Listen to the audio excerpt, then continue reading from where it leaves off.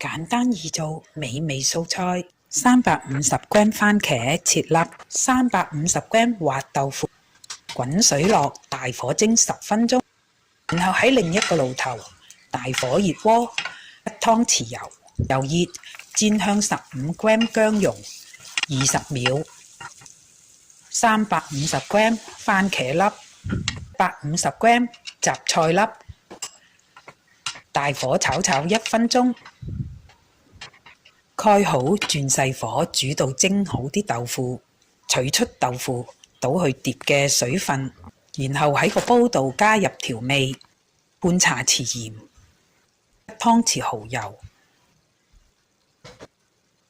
，2湯匙茄汁，2茶匙糖，攪勻，淋喺啲豆腐上邊，用匙羹切開豆腐，咁就可以上桌啦。